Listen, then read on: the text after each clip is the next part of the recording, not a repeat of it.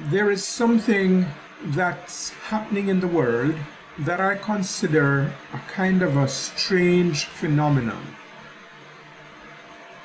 Something that, if we think about it, sometimes we question ourselves, and I can't quite give it a name. But I look in the United States of America and I see two persons competing within a month or so to be President of the United States. And when I look at these two persons, using my human assessment, it's like chalk to cheese. And you would think, now I consider myself a reasonably intelligent human being, and I think most people I interact with, most people I meet are reasonably intelligent. You may have some who are much more intelligent, and you have a few who may be, not able to reason intelligently, but the majority of humans, I think, have a fair degree of intellectual rationality. And when I look in the US, and I see that almost 50% of the population in the US are willing to choose one person, and the one that I consider would be totally disqualified from even running for presidency. There are so many people willing to choose this person to become president of this powerful nation, the United States of America.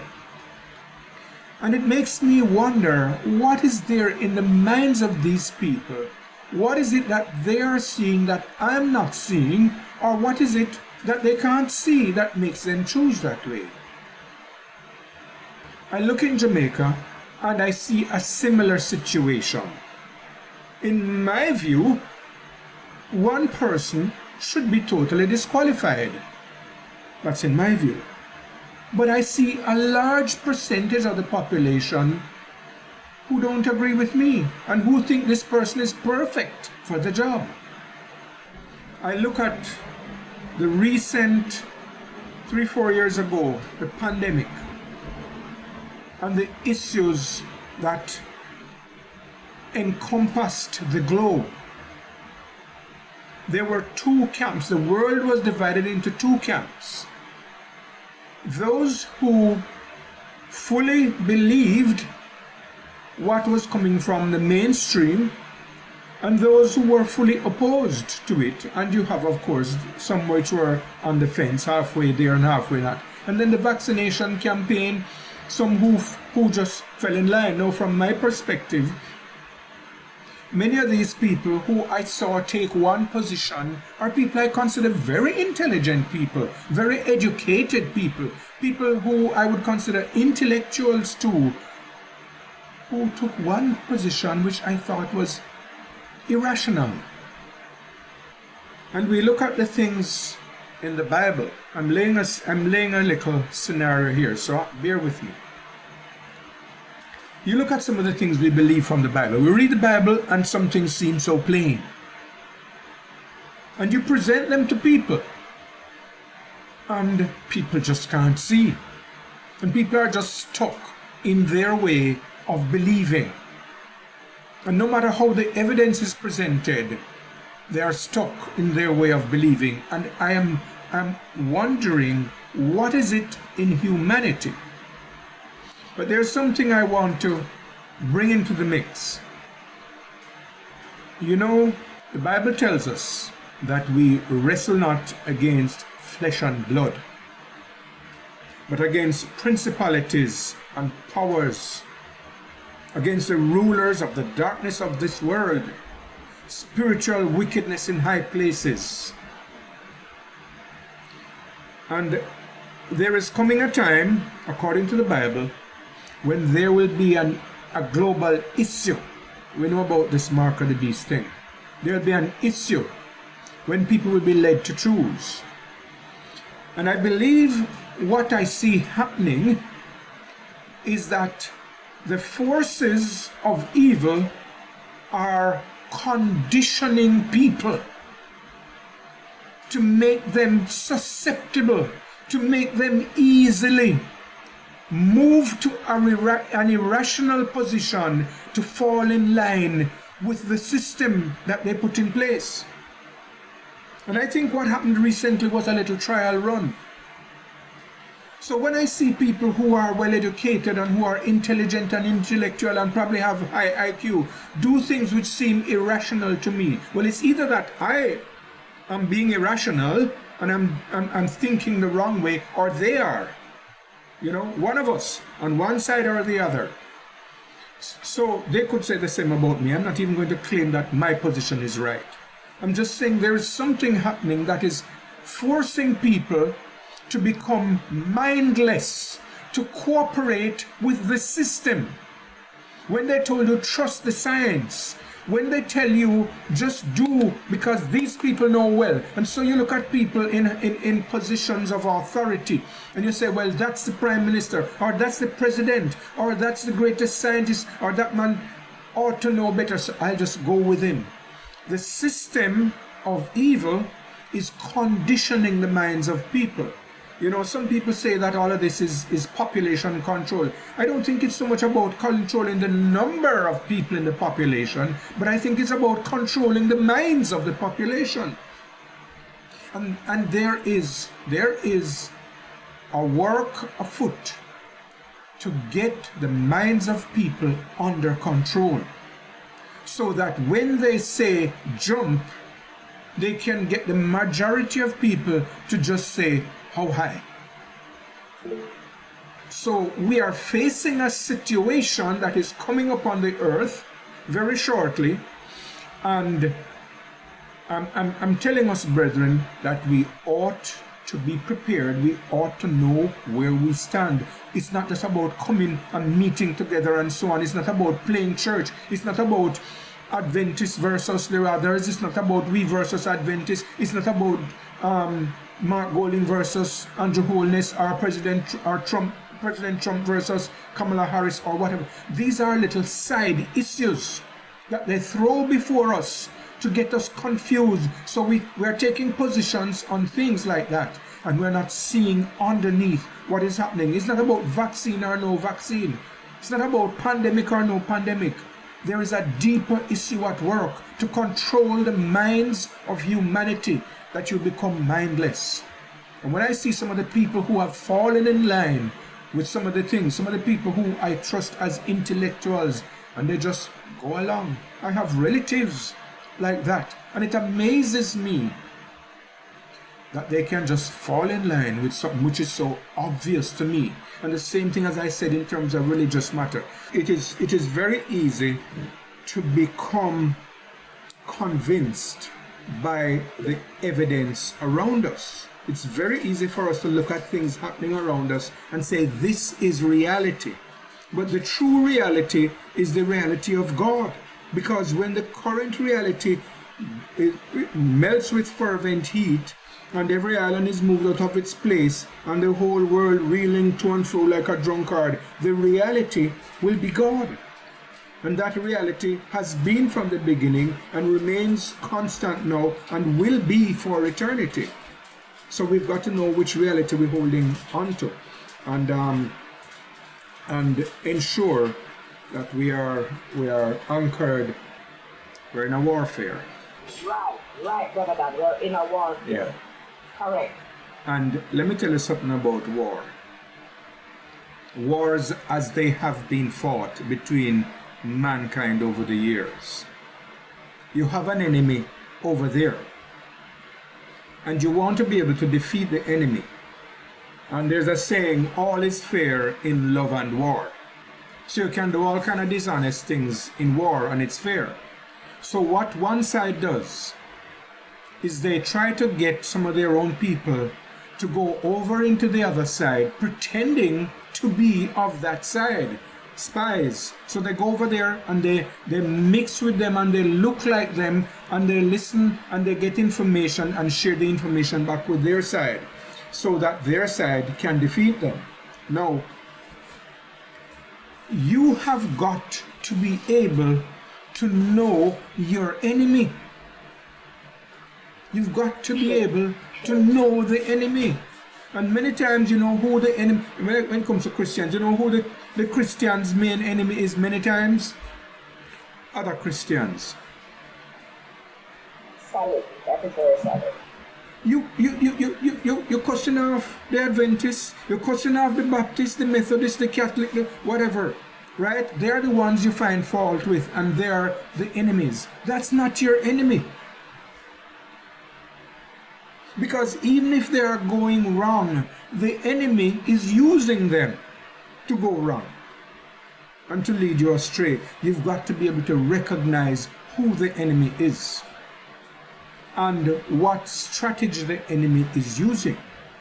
Sometimes the enemy looks like a friend because the enemy comes over as a spy and is in there looking and dressing. So some of the enemies might be Christians, might be saying exactly what you're saying and doing the same thing, because they might be talking against your enemy over there to make you trust them, but they're not. Gangs do the same kind of thing. So yes, the tares, they look just like the real thing.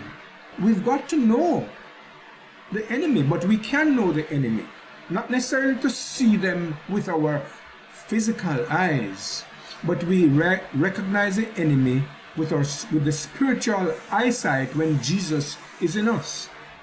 And so you have to know the role of the enemy. Now, one of the things, as I said, is that the enemy is trying to gain control of your mind and your loyalty.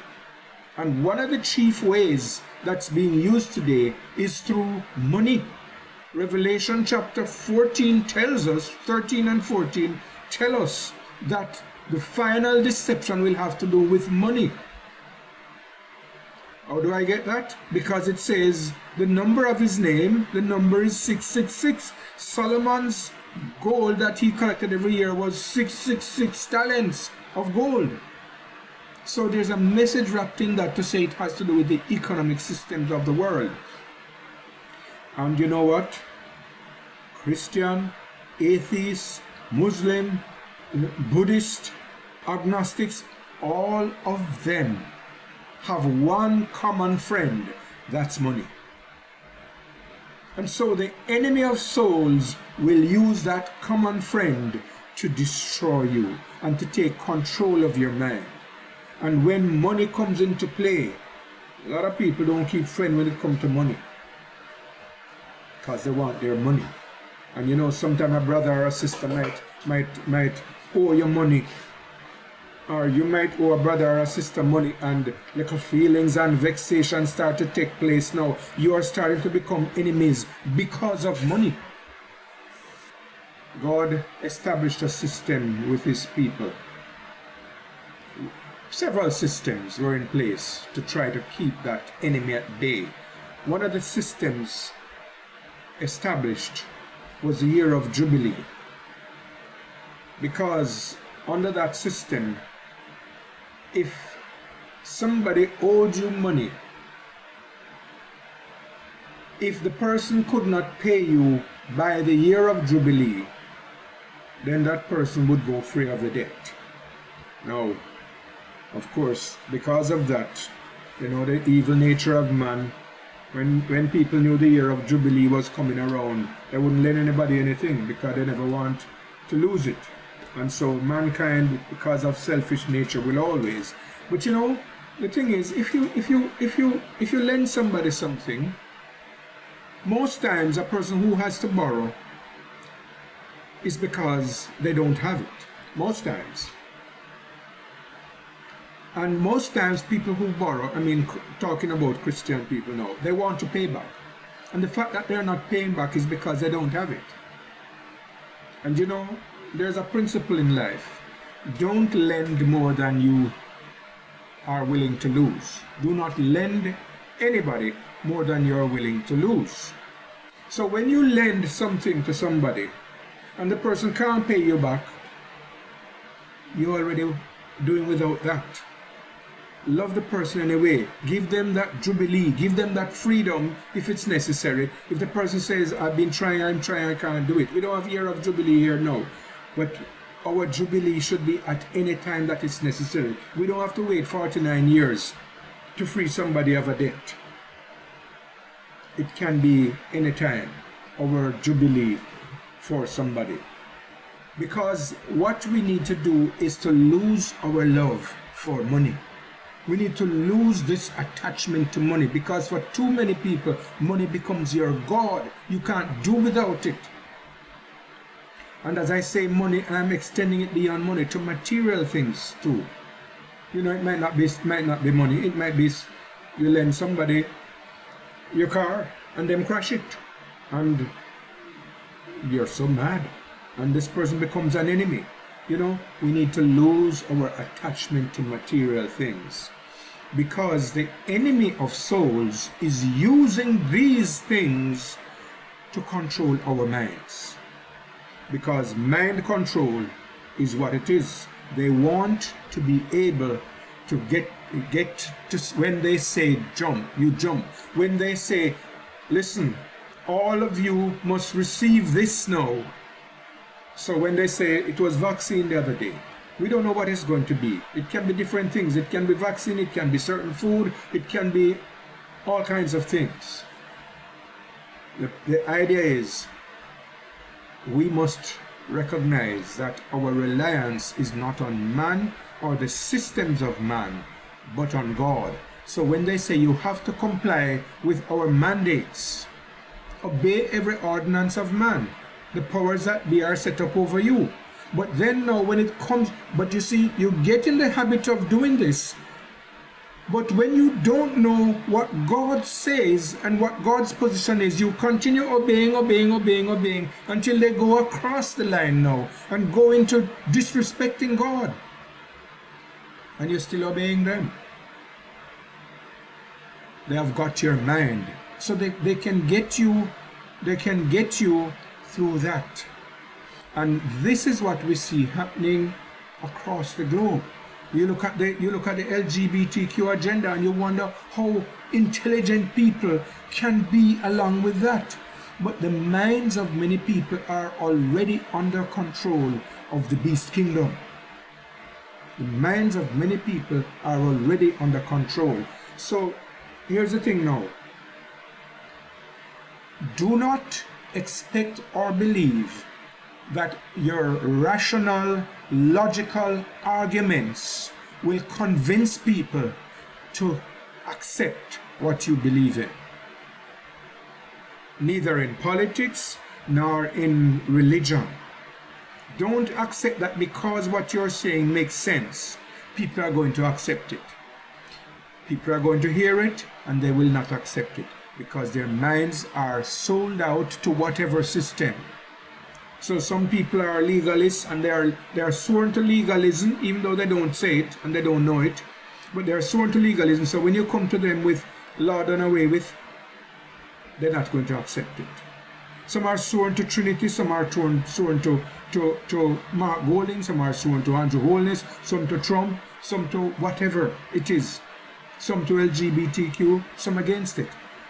The point is, our minds must be subject to God. We must reach the point where we hear the voice of God. Because when the time comes that they bring that test, if you are not able to hear the voice of God, you're not going to hear the voice say, this is the way, walk in it. You're going to be trusting your own intelligence, your own intellect, your own allegiance. So you're going to feel that because your church is doing this, this is the way to go. Or some people trust their pastors, you know, whatever it is. You go to some churches and their pastor is everything, practically worshiping him. And so as the pastor is leading them, you look at the things like the Jim Jones massacre. You ask yourself the question, now some of these people were people who had possessions. How could people fall into that when the man says drink this poison?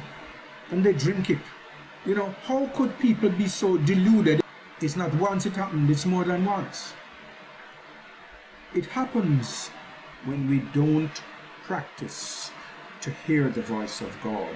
and to respond to it. Sometimes God talks to us, and we start to hem and haw and if and but, and to use your intelligence to reason it out and to see, and then you ask your friend or you ask your pastor if this is whatever. Listen, when God tells you something, you have got to the point where you can recognize the voice of God. One thing I'll tell you, God does not contradict God. So you will not find anything from God that contradicts the principle and the direction of God. So you recognize God's voice. So if you don't know yet God's ways, it means you haven't been reading His Word enough. Because you see, when you read the Bible, you begin to get the heart of God from it. You begin to understand the heart of God. When you speak often with godly people, you begin to get the heart of God. You begin to understand God. So those people who think that they must spend their time alone and study alone and read the Bible alone, you're doing yourself a disservice. It is God's will that we as brethren come together, because sometimes He speaks to us alone, yes, but sometimes He'll speak to us through Sister Julia, sometimes through Sister Rose, sometimes through Brother Ted, sometimes through Sister Tanisha, sometimes through Brother Dan or Erica or Sister Brianna. God will talk to us sometimes just in a little moment.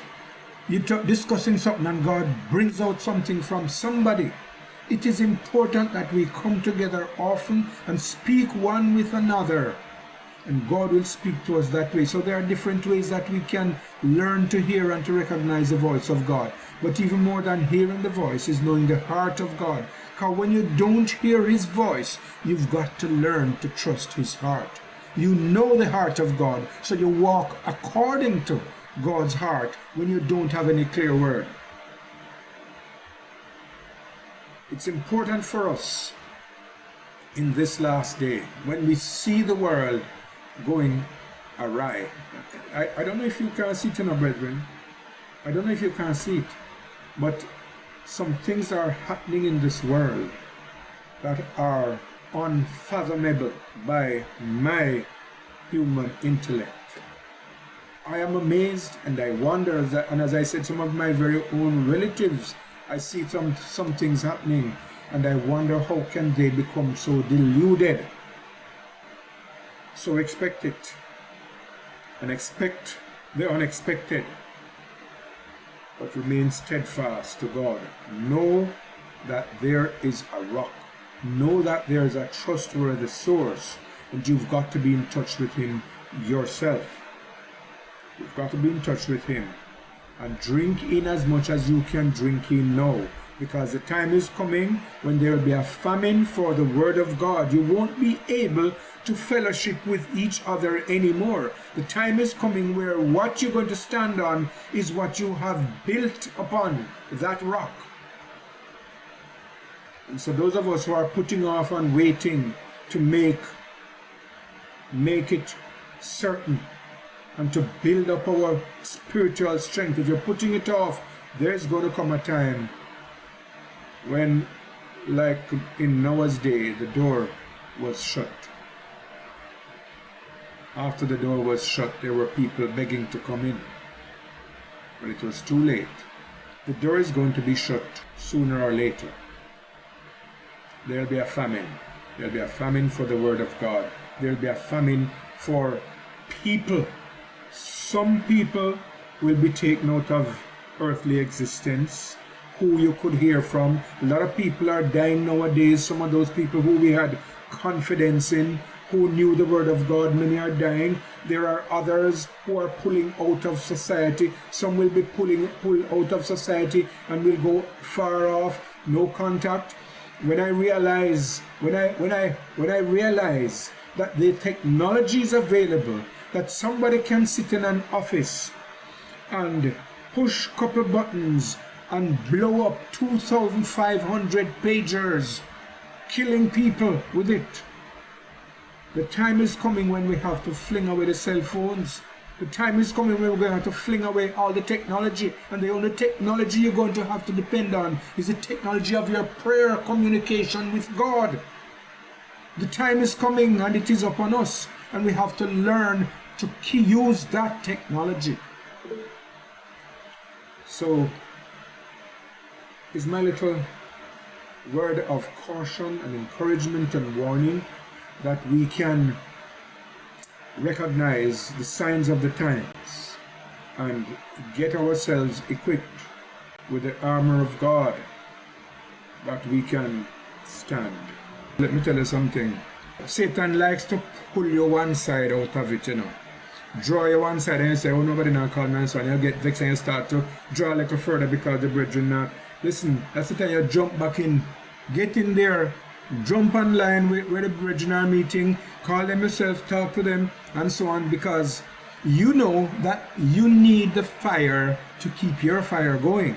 So don't let Satan fool you. Satan likes to create malice and enmity between brethren. He like to come and you say, boy, I never like how Sister Julia looked for me yesterday, man.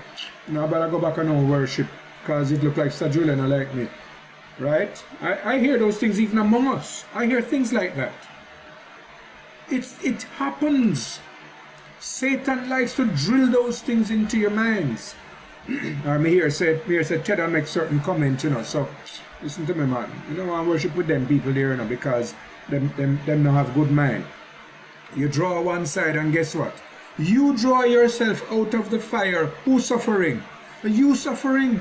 That same person who you said might say something about you, them still in the fire, and the fire blazing, and maybe even if they made a mistake and talk something about you, they are where they are going to get healed. But you come out of the place to get healed, and so you're left on your own. It's that Satan wants. He wants to pull us apart. You look at how many of us on this line right now. Where is everybody? People are pulling away from the fire. People are separating themselves from the place where they are to be blessed and strengthened. And sometimes even when we're having meetings and some of them don't come on till late or go somewhere, it is for our own good. It's the reality, sis. It's the reality. And you're not coming church to build church, not to support church. You come church for yourself. You come church to build yourself, and in so doing, you build others. So we are there for each other. I've seen even some of our meetings that were doing well. We call them off because people felt like we need to stop it. Satan is at work, and when he sees something good going on, he's going to try to tear it down and destroy it. And brethren, I'm imploring each one of you, stand firm. Stand firm. Don't let the chain be broken where you are, because yes, the fellowship will suffer by losing you, but you will suffer more by losing the strength of fellowship. So let us determine in our minds that we will stand firm, and make it a point of duty that you do not absent yourselves from what God has provided to strengthen you. That's the only hope of survival for us these days. The only hope of survival is to get strength from each other. We have a small group. The strength lies in us coming together and building up the body of Christ here.